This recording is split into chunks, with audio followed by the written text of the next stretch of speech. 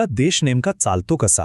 पडद्याआड एक अशी व्यवस्था आहे, एक असे इंजिन आहे जे आपल्या समाजाला रोज चालवतं. याच व्यवस्थेबद्दल म्हणजेच सार्वजनिक प्रशासनाबद्दल आपण आज बोलणार आहोत. चला तर मग सुरू करूया. सरकार कायदे तर बनवतं, पण कधी विचार केलाय का की हे कायदे आपल्यापर्यंत पोचतात कसे? देशाचा रोजचा गाडा हाकतो कोण? म्हणजे कायदे बनवणं हे तर महत्वाचंच आहे, पण ते प्रत्यक्षात आणणं, त्याची अंमलबजावणी करणं हे काम कदाचित त्याहूनही जास्त मोठं आहे. मग कोण करतं बरं हे सगळं?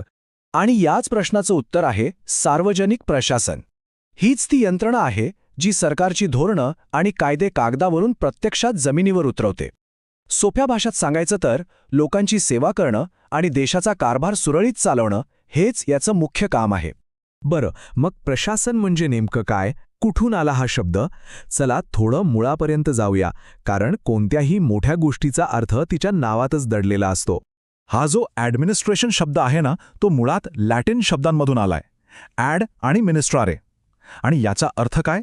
तर लोकांची काळजी घेणं, त्यांची सेवा करणं. म्हणजे बघा, या शब्दाच्या मूळ अर्थातच सेवेचा भाव आहे, आणि याच पायावर संपूर्ण प्रशासकीय व्यवस्था उभी आहे. या विषयावर बोलताना एका महत्त्वाच्या व्यक्तीचा उल्लेख करायलाच हवा, वुड्रो विल्सन. त्यांना सार्वजनिक प्रशासनाचे जनक असं ओळखलं जातं. त्यांनी एकदम सोपी आणि परफेक्ट व्याख्या केली आहे. ते म्हणतात, सार्वजनिक प्रशासन म्हणजे दुसरं तिसरं काही नाही, तर कायद्याची अत्यंत काटेकोर आणि पद्धतशीर अंमलबजावणी करणं. ठीक आहे, मग प्रशासन काय आहे हे तर कळलं, पण आता प्रश्न हा आहे की ते इतकं महत्त्वाचं का आहे? म्हणजे कोणत्याही देशासाठी ही व्यवस्था इतकी गरजेची का असते? याला सरकारचा आधारस्तंभ का म्हणतात ते समजून घेऊया. पहिलं म्हणजे ते लोकांच्या हिताचं रक्षण करतं. दुसरं, सरकारचे कायदे आणि धोरणं लोकांपर्यंत पोचवतं. आपल्याला मिळणारं पेन्शन असो किंवा अन्न सुरक्षेसारख्या योजना असोत, हे सगळं प्रशासनामुळेच शक्य होतं. आणि इतकंच नाही, तर नवीन कायदे बनवण्यासाठी जो काही डेटा किंवा माहिती लागते ती पुरवण्याचं कामही प्रशासनच करतं. आता एवढं मोठं आणि गुंतागुंतीचं काम मग ते केलं कसं जात असेल? यासाठी एक खूप प्रसिद्ध फॉर्म्युला आहे, एक आराखडा आहे, जो या सगळ्या कामाला सोप्या टप्प्यांमध्ये विभागून टाकतो. हा फॉर्म्युला आहे पॉज्ड कॉर्ब, POSDCORB. ल्यूथर गुलिक यांनी हा तयार केला. खरं तर ही कामाची एक पद्धतच आहे. बघा, P म्हणजे प्लॅनिंग, म्हणजे आधी नियोजन करायचं. O म्हणजे ऑर्गनायझिंग, म्हणजे कामाची रचना करायची. S म्हणजे स्टाफिंग, म्हणजे योग्य लोकांना कामावर ठेवायचं. D म्हणजे डायरेक्टिंग, म्हणजे त्यांना योग्य दिशा द्यायची. को म्हणजे कोऑर्डिनेटिंग, म्हणजे सगळ्यांमध्ये समन्वय साधायचा. R म्हणजे रिपोर्टिंग, म्हणजे कामाचं अहवाल तयार करायचा. आणि B म्हणजे बजेटिंग, म्हणजे पैशांचं नियोजन करणं. या 7 पायऱ्यांमध्ये प्रशासनाचं मोठ्यातलं मोठं काम पण पूर्ण होतं. आता एवढी सगळी महत्त्वाची कामं करायची म्हणजे त्यासाठी तितकीच हुशार आणि कार्यक्षम माणसं पण हवीत, बरोबर ना? मग या प्रशासकीय अधिकाऱ्यांची निवड होते तरी कशी? चला आता या भरती प्रक्रियेबद्दलच जाणून घेऊया. ग्लेन स्टॉल नावाचे एक विचारवंत आहेत. ते म्हणतात की भरती प्रक्रिया हा संपूर्ण प्रशासकीय रचनेचा आधारस्तंभ आहे. आणि हे अगदी खरंय, कारण जर योग्य माणसांची निवड झाली तरच पुढची सगळी यंत्रणा व्यवस्थित काम करू शकते. भरतीचे ना साधारणपणे 2 प्रकार पडतात. पहिला आहे डायरेक्ट रिक्रुटमेंट किंवा प्रत्यक्ष भरती. यात काय होतं तर स्पर्धा परीक्षा घेऊन नवीन ताज्या दमाच्या उमेदवारांना घेतलं जातं.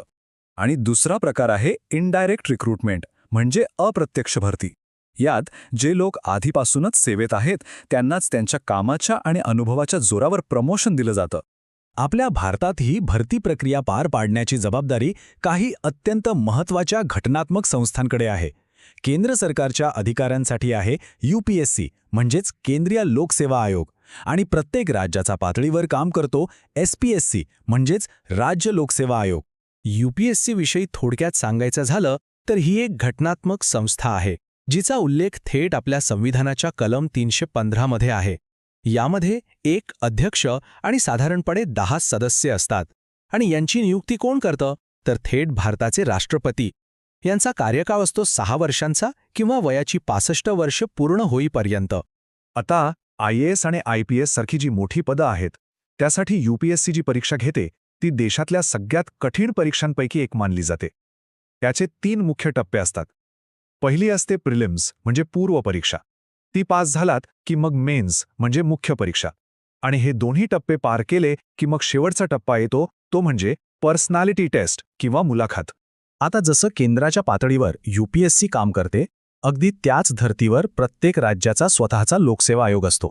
उदाहरणासाठी बघायचं झालं तर कर्नाटकसाठी KPSC आहे, महाराष्ट्रासाठी MPSC आहे आणि यांच्या सदस्यांची नियुक्ती त्या त्या राज्याचे राज्यपाल करतात. बरं, मग एवढ्या कठीण परीक्षेतून हे जे अधिकारी निवडले जातात त्यांचं काम काय असतं? तशी तर अनेक कामं असतात, पण त्यातलं एक काम असं आहे जे आपल्याला रोजच्या आयुष्यात दिसतं आणि ज्याचा आपल्यावर थेट परिणाम होतो. ते काम म्हणजे कायदा आणि सुव्यवस्था सांभाळणं. आपल्या संविधानानुसार लॉ अँड ऑर्डर सांभाळण्याची मूळ जबाबदारी ही राज्य सरकारची असते. अर्थात काही मोठी किंवा गंभीर परिस्थिती निर्माण झाली तर केंद्र सरकार आपली सुरक्षा दल राज्याच्या मदतीसाठी नक्कीच पाठवतं. राज्याच्या पोलीस प्रशासनाची रचना बघितली ना तर सर्वात वर असतात गृहमंत्री, जे राजकीय प्रमुख झाले. पण प्रशासकीय कामकाज पाहतात गृह सचिव, जे एक IAS अधिकारी असतात. त्यांच्या हाताखाली संपूर्ण राज्याचे पोलीस प्रमुख म्हणजेच DGP असतात.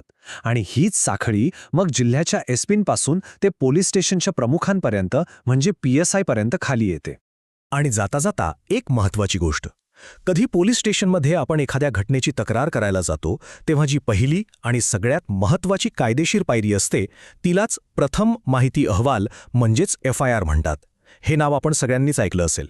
तर मग शेवटी एक प्रश्न उरतो आणि तो खूप महत्त्वाचा आहे. विचार करा, एक अशी व्यवस्था जी पडद्याआड राहून देशाचा गाडा ओढते, लोकांची सेवा करते, त्यांना सुरक्षा देते, अशा एका कार्यक्षम आणि निष्पक्ष प्रशासनाशिवाय कोणताही आधुनिक समाज, कोणताही देश खराच प्रगती करू शकेल का? या प्रश्नावर विचार नक्कीच करायला हवा.